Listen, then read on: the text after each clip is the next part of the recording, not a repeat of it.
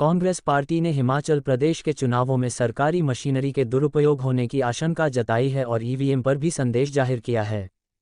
Congress party ने भाजपा पर CBI और ईडी का दुरुपयोग कर चुनाव को प्रभावित करने के आरोप लगाए हैं।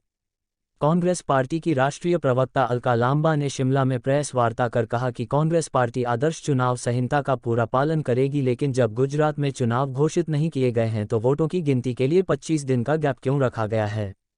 इस अंतराल में ईवीएम में गड़बड़ी की जा सकती है, जिसका चुनाव आयोग को ध्यान रखना होगा। अलका लांबा ने कहा कि बीते रोज कांग्रेस महासचिव प्रियंका गांधी की रैली में जुटी भीड़ ने सत्ता परिवर्तन का मन बना लिया है। कांग्रेस पार्टी के प्रत्याशियों की सूची बहुत जल्द जारी करेगी। आज दिल्ली में कांग्रेस केंद्रीय चुनाव समिति की अंतिम बैठक है, जिसमें प्रत्याशियों के नाम फाइनल हो जाएगा। कांग्रेस पार्टी यह चुनाव महंगाई, बेरोजगारी और भ्रष्टाचार जैसे मुद्दों पर चुनाव लड़ेगी। पंजाब दस्तक के लिए सुरेंद्र राणा की रिपोर्ट। उम्मीदवारों की जो लेकर चर्चा है उसकी ये अंतिम मीटिंग है। जल्द ही आप लोगों के बीच में 68 के 68 उम्मीदवारों की सूची जो है वो जारी हम लोग कर सकते हैं और करेंगे जल्द से जल्द। जनता को शुभकामनाएं देने के साथ साथ हिमाचल की जनता से हम अपील भी करते हैं, ये चुनाव महंगाई पर वार होगा। आपका एक एक वोट बेरोजगारी पर मार होगा। अगर आपको भाजपा के चुंगल से हिमाचल को छुड़वाना है, हिमाचल को बेरोजगारी महंगाई के चुंगल से छुड़ाना है, कुशासन से छुड़ाना है, तो ये आपके पास एक स्वर्णिम मौका है। और हम अपील कर रहे हैं, आपका एक वोट आपके साथ साथ हिमाचल का भविष्य तय करने जा रहा है। 12 नवंबर को 68 की 68 सीटों पर एक ही चरण में वोट होगा। रिजल्ट 8 दिसंबर को।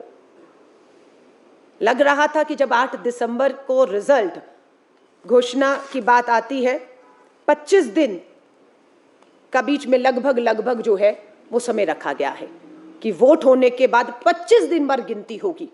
लगा शायद गुजरात की वजह से ऐसा हो रहा है, लेकिन देखने आया कि चुनाव आयोग ने पिछली बार तो 5 राज्यों के एक साथ चुनावों की घोषणा की और इस बार सब उम्मीद लगा बैठे थे कि हिमाचल के साथ साथ गुजरात के लोगों को भी तारीखों का बेसब्री से इंतजार था, इसके साथ उनकी भी तारीखों की घोषणा की जाएगी, लेकिन ऐसा नहीं हुआ।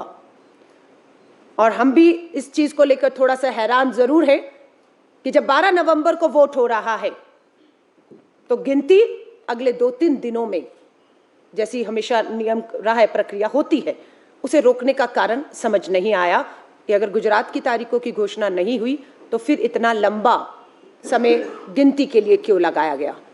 लेकिन हमें लगता है हिमाचल के अंदर तो इन चुनावों की तारीख के साथ जयराम ठाकुर सरकार की सरकारी खजाने की लूट पर अंकुश लगा है चुनावों की घोषणा के साथ। लेकिन गुजरात में डबल इंजन की सरकार, सरकारी खजाने की लूट, प्रचार प्रसार अभी लगता है कुछ दिन और जारी रहेगा।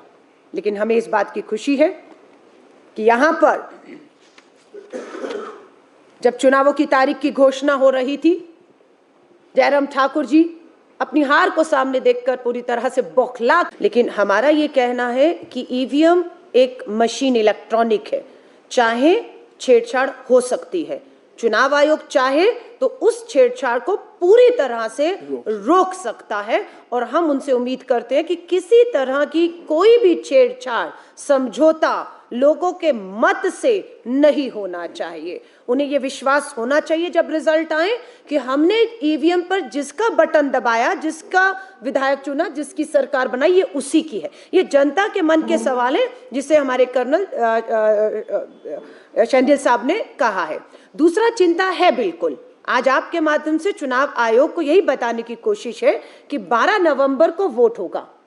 13 नवंबर से आपका 12 नवंबर को वोट है आपका, और उसके बाद 8 दिसंबर को काउंटिंग के बीच 25 दिन है। 25 दिनों को ईवीएम की सुरक्षा, जहां ईवीएम मशीनें रखी जाएंगी, उनकी सुरक्षा बहुत बड़ी जिम्मेदारी एक आगे, क्योंकि एक लंबा समय है।